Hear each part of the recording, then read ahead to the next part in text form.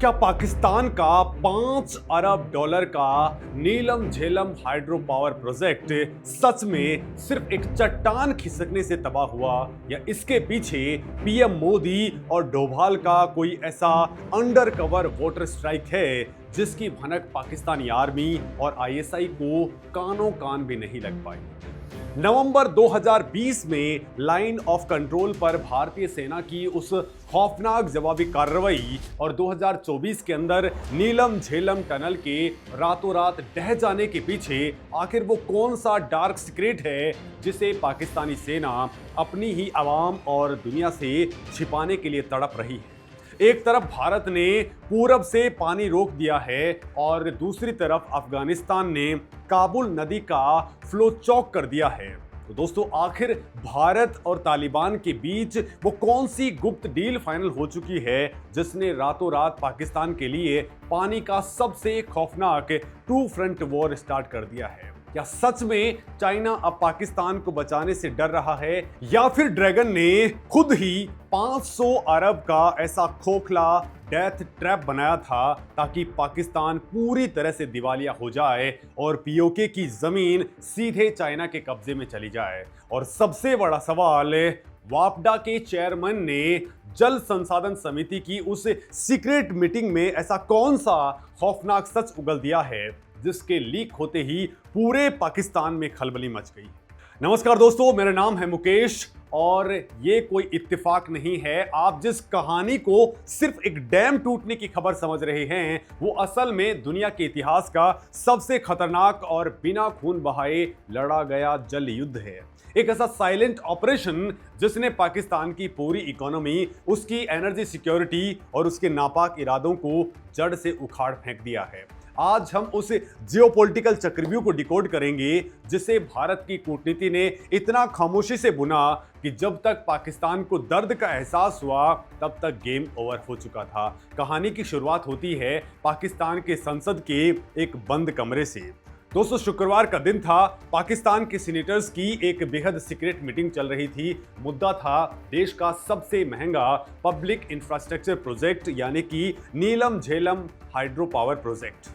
दोस्तों, ये प्रोजेक्ट पाकिस्तान के कब्जे वाले कश्मीर यानी कि पीओके के मुजफ्फराबाद के पास में बनाया गया था। इस मीटिंग में जो खुलासा हुआ उसने पाकिस्तानी हुक्मरानों के पैरों तले जमीन खिसका दी। दोस्तों, वापडा यानी कि वाटर एंड डेवलपमेंट अथॉरिटी के टॉप ऑफिशियल्स ने सीनेट की स्थायी समिति के सामने कांपते हुए यह कबूल किया है कि 969 मेगावाट का ये महा प्रोजेक्ट पूरी तरह से तबाह हो चुका है। साल 2024 में इसकी अंडरग्राउंड हेड्रेंस टनल में एक भयानक ब्लॉकेज आया, चट्टानें खिसकी और पूरा टनल सिस्टम ताश के पत्तों की तरह ढह गया। अधिकारियों ने मीटिंग के अंदर बताया कि इस डैम की मरम्मत में कम से कम मार्च 2028 तक का वक्त लगेगा और तब तक यहां से एक यूनिट भी बिजली प्रोड्यूस नहीं होगी। दोस्तों, जैसे ही ये खबर पाकिस्तानी मीडिया के अंदर लीक हुई, पूरे मुल्क में अंदर हाहाकार मच गया। 2007 के अंदर जिस प्रोजेक्ट को मंजूरी मिली थी और जिस पर 2018 तक पाकिस्तान ने अपने खजाने का लगभग 500 अरब रुपए यानी कि करीब 5 बिलियन डॉलर फूंक दिए गए, वो आज कबाड़ के एक बड़े ढेर में तब्दील हो चुका है। पाकिस्तानी सीनेटर्स चीख चीख करके सवाल पूछ रहे हैं कि क्या ये वाकई कोई नेचुरल जियोपॉलिटिकल फॉल्ट था या इसके पीछे कोई बहुत बड़ी साजिश और लापरवाही थी। लेकिन दोस्तों, असली कहानी इस डैम के मलबे से कहीं ज्यादा गहरी है और इसके तार सीधे तौर पर नई दिल्ली से जुड़ जाते हैं। दोस्तों, इस पूरी कहानी को समझने के लिए आपको थोड़ा पीछे जाना होगा और भारत के उस मास्टर को समझना होगा जिसका नाम है Kishan Ganga hydro electric project. दोस्तों, पाकिस्तान ने नीलम झेलम प्रोजेक्ट सिर्फ बिजली बनाने के लिए शुरू नहीं किया था। इसके पीछे उसका असली मकसद भारत को इंडस वाटर ट्रीटी यानी कि 1960 के सिंधु जल संधि के जाल में फंसाना और कश्मीर के अंदर भारत के डेवलपमेंट को रोकना था। दोस्तों, नीलम नदी जिसे भारत के अंदर किशन गंगा कहा जाता है वो झेलम की एक अहम सहायक नदी है। दोस्तों, इंटरनेशनल वाटर लॉ के तहत एक नियम होता है जिसे डॉक्ट्रिन ऑफ प्रायर एप्रोप्रिएशन कहा जाता है। आसान भाषा में इसका मतलब होता है जो देश नदी पर पहले अपना प्रोजेक्ट बना करके पानी का इस्तेमाल शुरू कर देगा, उस नदी के पानी पर उसका प्रायर राइट यानी कि पहला अधिकार मान लिया जाएगा। पाकिस्तान ने इसी नियम का फायदा उठाने के लिए 969 मेगावाट का नीलम झेलम प्रोजेक्ट आनन फानन में स्टार्ट कर दिया। उनका प्लान था कि वो भारत से पहले डैम बना लेंगे और फिर इंटरनेशनल कोर्ट के अंदर जाकर के कहेंगे कि भारत अब किशनगंगा पर कोई प्रोजेक्ट नहीं बना सकता है क्योंकि इससे पाकिस्तान का पानी रुक जाएगा। लेकिन उन्हें ये नहीं पता था कि उनका पाला पीएम मोदी के उस न्यू इंडिया से पड़ा है जो फाइलें नहीं अटकाता है बल्कि सीधे जमीन पर काम करना स्टार्ट कर देता है। भारत ने पाकिस्तान के इस प्लान को भांपते हुए कश्मीर के बांदीपोरा के अंदर 330 मेगावाट का Kishanganga hydro electric power project start कर दिया। दोस्तों, भारत का प्रोजेक्ट साइज के अंदर छोटा था लेकिन उसकी इंजीनियरिंग और स्ट्रेटेजिक लोकेशन इतनी ज्यादा सटीक थी कि उसने पाकिस्तान के पूरे गेम को ही पलट करके रख दिया। भारत ने किशनगंगा का पानी रोक करके एक टनल के जरिए उसे वूलर लेक की तरफ डाइवर्ट कर दिया। दोस्तों, पाकिस्तान तिलमिला उठा। वो तुरंत ही रोते हुए छाती पीटते हुए इंटरनेशनल कोर्ट ऑफ आर्बिट्रेशन पहुंच गया। उसने आरोप लगाया कि भारत इंडस वाटर ट्रीटी का उल्लंघन कर रहा है और नीलम नदी का पानी मोड़ रहा है। लेकिन दोस्तों, भारत ने लीगल और टेक्निकल फ्रंट के ऊपर ऐसी जबरदस्त बैटिंग की कि इंटरनेशनल कोर्ट को मानना पड़ा कि भारत का run of the river project पूरी तरह से लीगल है। भारत ने 2018 के अंदर अपना प्रोजेक्ट न सिर्फ कंप्लीट कर लिया बल्कि उसका उद्घाटन भी कर डाला। दोस्तों, दूसरी तरफ पाकिस्तान का 500 अरब का प्रोजेक्ट लेट होता चला गया और जब तक वो तैयार हुआ तब तक भारत नदी के फ्लो को अपने हिसाब से मैनेज कर चुका था। पाकिस्तान का इतना बड़ा महाप्रोजेक्ट सिर्फ एक खोखला ढांचा बनकर के रह गया। लेकिन दोस्तों, कहानी में असली सस्पेंस अब शुरू होता है। आप सोच रहे होंगे कि अगर भारत ने अपना डैम बना लिया था तो पाकिस्तान का टनल सिस्टम 2024 में अचानक कैसे ढह गया। तो इसके पीछे एक ऐसा डार्क कनेक्शन है जो सीधे 13 नवंबर 2020 की उस खौफनाक रात से जुड़ता है। उस दिन दोस्तों, पाकिस्तान की तरफ से लाइन ऑफ कंट्रोल पर एक बड़ा सीज फायर वायलेशन हुआ था। पाकिस्तान के आतंकी लॉन्च पैड्स को कवर फायर देने के लिए पाकिस्तानी आर्मी ने भारत के रिहायशी इलाकों पर गोलीबारी की थी। लेकिन दोस्तों, इस बार भारत का रेस्पॉन्स पुराना वाला बिल्कुल नहीं था। इंडियन आर्मी की आर्टिलरी गन्स ने वो कहर बरपाया कि पीओके में मौजूद पाकिस्तानी बंकर और चौकियां धुएं के अंदर उड़ गई। उस रात पाकिस्तानी विदेश मंत्रालय और वहां की मीडिया ने एक बहुत बड़ा दावा किया। दोस्तों, उन्होंने दावा किया कि भारतीय सेना के आर्टिलरी शेल्स नीलम घाटी के अंदर बनी इसी नीलम झेलम पन बिजली प्रोजेक्ट के पावर हाउस और डैम साइट के बेहद करीब जाकर के गिरे हैं। पाकिस्तान ने बाकायदा प्रेस कॉन्फ्रेंस करके भारत पर आरोप लगाया कि वो जानबूझकर के पाकिस्तान के $5 बिलियन के सेंसिटिव इंफ्रास्ट्रक्चर को तबाह करना चाहता है। भारत ने आधिकारिक तौर पर इन आरोपों को खारिज कर दिया। लेकिन दोस्तों, आज जब वो पूरा टनल सिस्टम मिट्टी में दह चुका है, मिट्टी में मिल चुका है, तो डिफेंस और जियोपॉलिटिकल एक्सपर्ट्स इसी के बीच की कड़ियों को तेजी से जोड़ रहे हैं। दोस्तों, एक्सपर्ट्स का मानना है कि हिमालय का वो पूरा इलाका एक बेहद ही सेंसिटिव सिस्मिक जोन यानी कि भूकंप संवेदनशील क्षेत्र है। वहां पहाड़ों के अंदर टनल बनाना अपने आप में एक बहुत बड़ा रिस्क था। पाकिस्तानी सीनेटर्स आज मान रहे हैं कि वहां जियोलॉजिकल सर्वे सही तरीके से नहीं किया गया था। कुछ थ्योरीज ये भी कहती हैं कि 2020 में जब हैवी आर्टिलरी फायर हुआ तो उस वक्त पहाड़ों में जो वाइब्रेशन और शॉक वेव्स जनरेट हुई, उन्होंने इस घटिया तरीके से बने टनल के स्ट्रक्चर को अंदर ही अंदर क्रैक कर दिया। और दोस्तों, 2024 आते आते वो क्रैक्स इतने बड़े हो गए कि पहाड़ का एक बड़ा हिस्सा सीधे टनल के ऊपर आकर के गिर गया।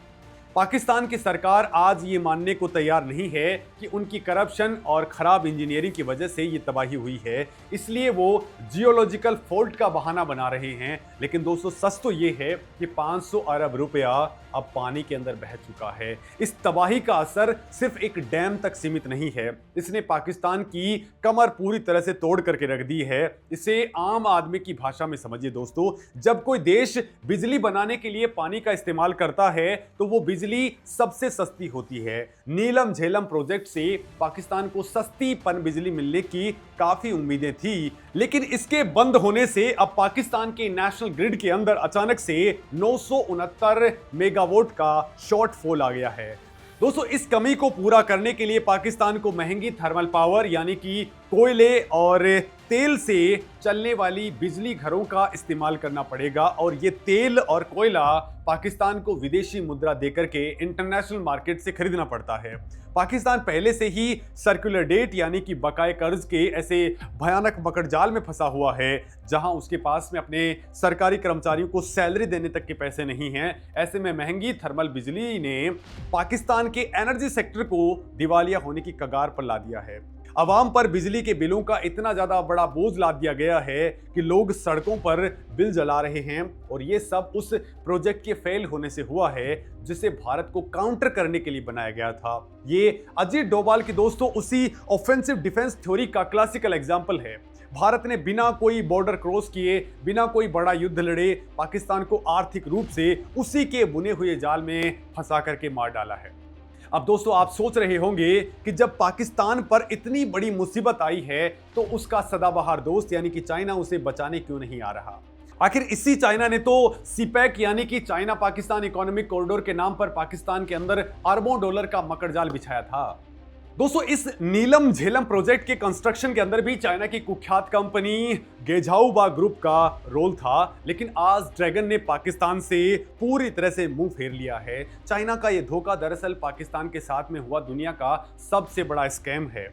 चाइना ने पाकिस्तान को वो सपने बेचे थे कि वो उसके इंफ्रास्ट्रक्चर को रातों रात चमका करके रख देगा, लेकिन चाइना की कंपनियों ने पाकिस्तान के अंदर घटिया मटेरियल का इस्तेमाल किया, सेफ्टी स्टैंडर्ड्स को ताक पर रख दिया और भारी करप्शन किया। नीलम झेलम का टनल डहना, दोस्तों इस नीलम झेलम प्रोजेक्ट का टनल डहना उसी घटिया चाइनीज इंजीनियरिंग का नतीजा है। आज जब डैम तबाह हो गया है तो चाइनीज कंपनियां जिम्मेदारी लेने के बजाय प्रोजेक्ट साइट से भाग चुकी हैं। चाइना अब पाकिस्तान में नया पैसा लगाने से इसलिए डर रहा है क्योंकि उसे पता चल चुका है कि पाकिस्तान एक ब्लैक होल है। पुराना कर्ज पाकिस्तान चुका नहीं पा रहा और नया कर्ज मांगने के लिए वो हर दिन चाइना के चक्कर काट रहा है। इससे भी बड़ी बात यह है कि पाकिस्तान ने भारत के खिलाफ जिस आतंकवाद की फैक्ट्री को खड़ा किया था, आज वही आतंकी चाइनीज इंजीनियर्स के लिए काल बन चुके हैं। दोस्तों, खैबर पख्तूनख्वा और बलूचिस्तान के अंदर चाइनीज नागरिकों के ऊपर लगातार जानलेवा हमले हो रहे हैं।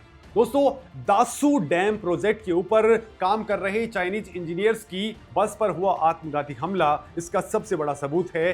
चाइना ने साफ कहा है कि जब तक पाकिस्तान अपने मुल्क में चाइनीज नागरिकों की सुरक्षा की गारंटी नहीं देता है तब तक वो सीपैक के अंदर किसी भी तरह के प्रोजेक्ट में हाथ नहीं डालेंगे। यानी जो पाकिस्तान भारत को डराने के लिए चाइना के कंधे पर बंदूक रख करके चला रहा था, आज वही चाइना उसे मरने के लिए अकेला छोड़ चुका है।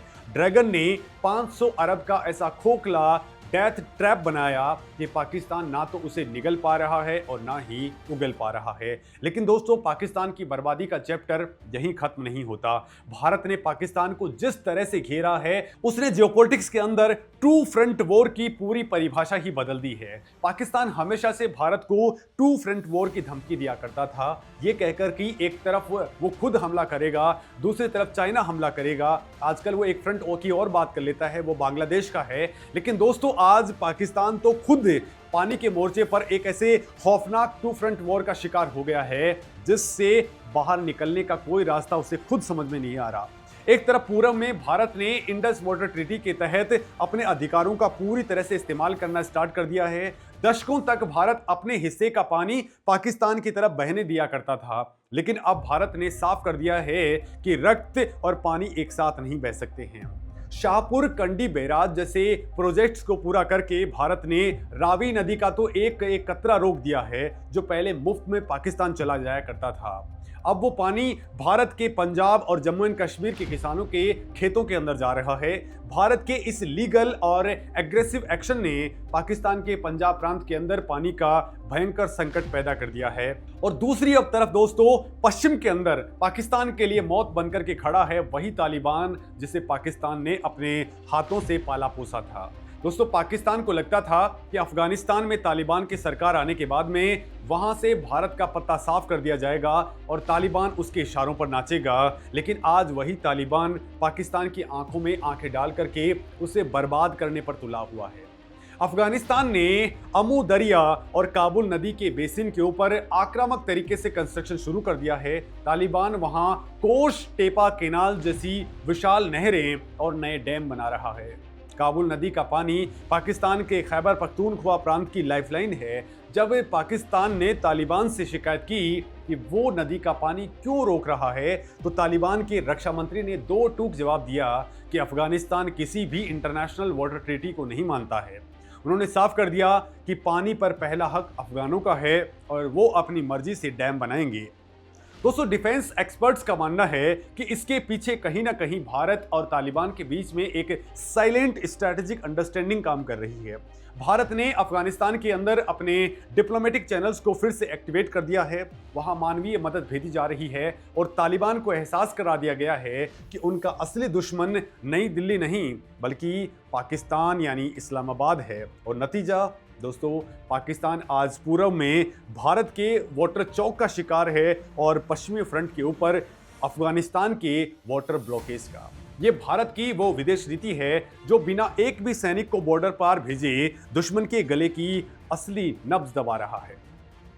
दोस्तों, पाकिस्तान के पास ना तो भारत से लड़ने की ताकत बची है और ना ही तालिबान से उलझने की हैसियत, लेकिन इन सब के बीच में पाकिस्तान का सबसे बड़ा डर कुछ और ही है।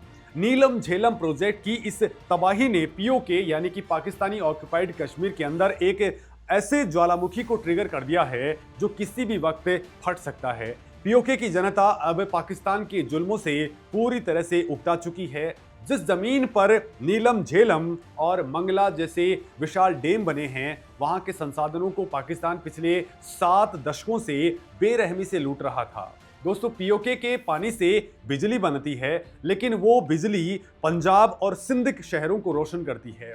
मुजफ्फराबाद और नीलम वैली के लोग आज भी अंधेरे के अंदर जीने को मजबूर हैं। उल्टे पीओके की जनता से पाकिस्तान के बाकी हिस्सों के मुकाबले ज्यादा बिजली के बिल और टैक्स वसूले जा रहे हैं। इसी नाइंसाफी के खिलाफ पीओके के अंदर अवामी एक्शन कमेटी ने एक ऐसा जन आंदोलन खड़ा कर दिया है जिसने पाकिस्तानी हुक्मरानों की रातों की नींद हराम कर दी है।